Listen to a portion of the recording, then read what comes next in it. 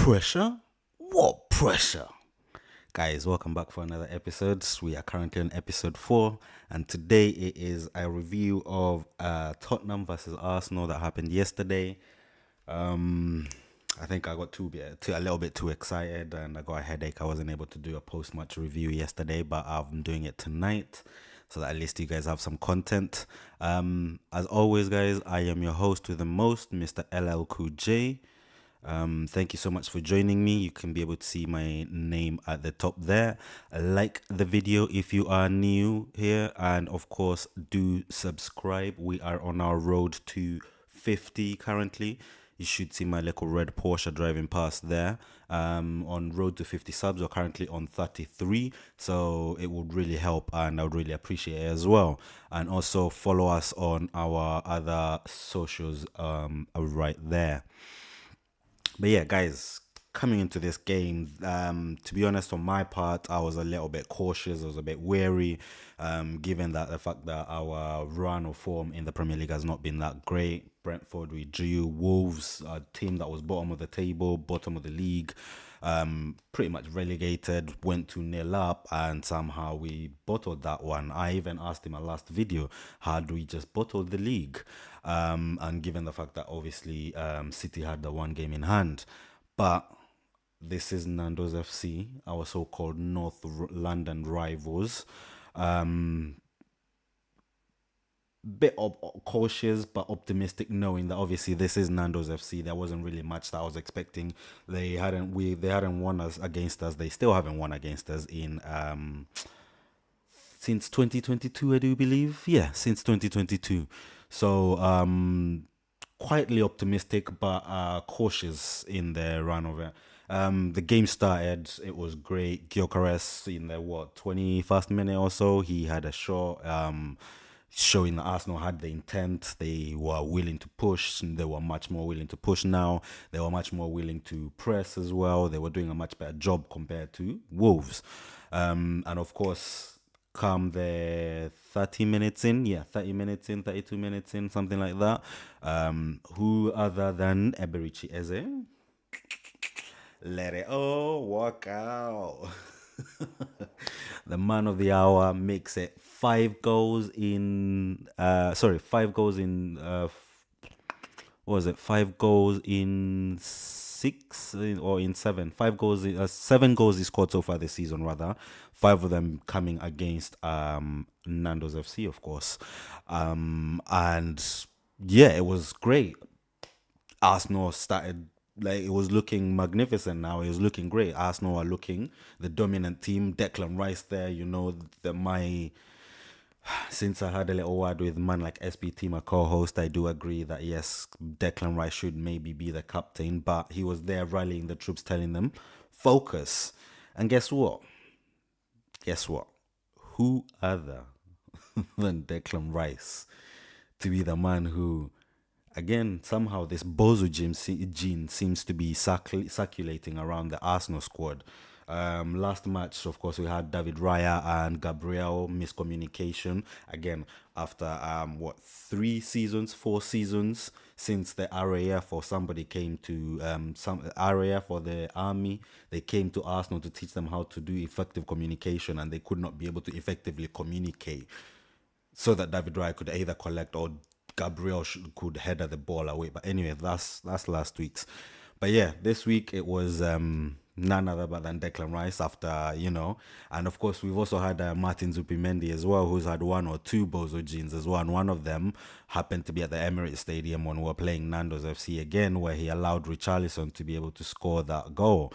So anyway, Kolo, I don't know who it was. I think it was Xavi. Great pressure there on Declan Rice, gets the ball, passes it to Kolo Muani. Muani runs into the box. Great finish. Saliba couldn't be able to do nothing. Gabriel couldn't be able to block the shot either. And yeah, suddenly 2 minutes after Eberechi Eze scores, it becomes 1-1. And questions, eyebrows, and the stadium went dead silent from our fans anyway. Dead silence. Are we about to witness another bottling from Arsenal here? Halftime is approaching. Mikel Arteta does have options on the bench, of course, and yeah, he went rallied the team up again once halftime hit, and we came out in the second half. And who else than you know it, the man who's been getting a lot of stick, who's still getting a lot of stick, put Arsenal 2-1 up ahead, and yeah, it was suddenly looking good again. The stadium was lively, our fans are rejoicing. But then again, who else? Kolo Muani. Unfortunately for him, he did a little push on Gabriel there when the cross came in. But clinical finish, very nice finish from him there. But unfortunately, Gabriel, obviously, for me, it was a little bit soft. But the rules are the rules. If there's contact and if you're contact, you gotta make the most out of it. Try and get that penalty if it's a penalty. Try and get a free kick. In our case, it was a free kick, and it was still 2-1 to the Arsenal. And from then on, Arsenal realized like we needed to be more proactive. We needed to pressure even more. And so we notched it up a gear or two. And yeah, Eze, who was it? Dragonson, unfortunately, there tried to clear the ball. I don't know who he was heading the ball to. Eze did a great job of marking the man, nicks the ball back, and Gyokeres is there to do a little 1-2 with Eze. Eze gets it back, knocked it onto Bukayo Saka. Bukayo Saka does a great job holding up his man, even managed to get off the shot, but unfortunately Vicario saves it. But parries it back into the way of, I think it was one of the defenders, Van der Ven or something, but unfortunately because Van der Ven was tracking back, hits him on the back of the heel, and guess what? The man of the hour again, who makes it 8 goals in 6 goals being against Spurs. Collects the ball very nicely, cool, calm and collected, finishes it, slots it, empty net. Bing bang bosh, it's 3-1. We're looking a lot more comfortable now. 3 points are guaranteed. The Arnes is now looking to be back on Manchester City, and we thought that was it, at least Arsenal, but nah. I don't know what minute it was, Gyokeres. Again, great run. Odegaard came on, did a great job to find him in the little through pass that he did. Gyokeres just did the rest, did what a number 9 does best, holds off his man, creates space for himself, opens his body up, and just slots that ball right into the keeper's left. And it was there, done, job done, game done. Nando's FC, the cock roll on top of that ball was officially cooked. I actually celebrated by having a cheeky Nando's as well, because yeah, I felt like having chicken, you know. So, but yeah, guys, this was terrific. Tell me if you agree. If you don't agree with what I've said so far, leave a comment in the section below. Like the video as well if you haven't done so already. Subscribe. Of course, we're on road to 50 subs.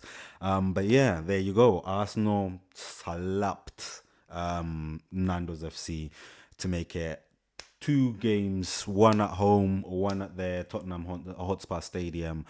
Both 4 goals scored. In the first phase, in the first meeting between us two, it was obviously Eberechi Eze with a hat-trick. I was disappointed, obviously, not to see him get a hat-trick this time around as well, but he did a great job. He came in once again, did what he needed to do, played those passes, you know, created the chances, created opportunities, put those goals away when he needed to as well. And yeah, now it's the question of who is Nando's FC, who is Tottenham FC, you know, because apparently this so-called North London derby is so majestic, it's so big for them. They've got to, you know, sing a song, make a song and dance about it.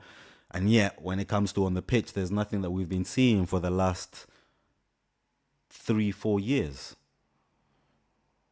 But one would think things would get worse. But of course, they did get worse. With that loss, it plunged them further into that relegation battle. Listen, as an Arsenal fan, I'm loving this. Enjoy that relegation scrap. In fact, no, don't enjoy it. Do such a terrible job so that you do get relegated, so that you understand that you're nothing. nothing. You cannot hold a candle of light, a light of candle. I don't know what the fuck the saying is. You cannot be able to hold up your light against us anymore. You're not allowed to talk anymore.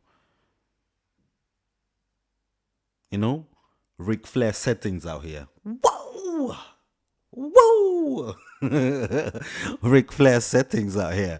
But yeah, so that was that basically, and I'm happy with that. February at least wasn't exactly the best month for Arsenal.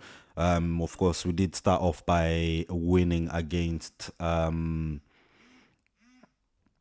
Sorry about that. We started off by winning in the Carling Cup, the second round against Chelsea, and then I think that and which other fixture? The Sunderland fixture were the only two games other than this one. And Wigan as well in the FA Cup were the only three games that we have actually won. So Brentford we drew and Wolves we drew. So I'm absolutely chuffed with that. Could not be a happier person, but March is fast approaching. First of March, we do have Chelsea. This is now the London derby, the actual prestigious London derby, the whole London derby that actually means something, not only just to Londoners, but people outside of London as well. The rest of the world appreciate this far much more than than that cockerel on the ball over there that we call Tottenham. So yeah, guys, I'm not sure if I'll be able to do that stream because it is my uncle's birthday. So I'm not sure if I'll be able to do that, but I will try and do a post-match carry on with this series, of course. Thank you so much again for joining me. If you are new, as always, like the video. It will, of course, help to push it to new viewers. Subscribe as well. You should see my little red Porsche once again. Just do a little drive-by. Road to 50 subs, currently sitting on 33. Thank you so much to every one of you who have subscribed so far. We are a family, and to any one of you who do subscribe from now till then, welcome to the family, and thank you so much for joining me once again. From me, goodbye, God bless, peace.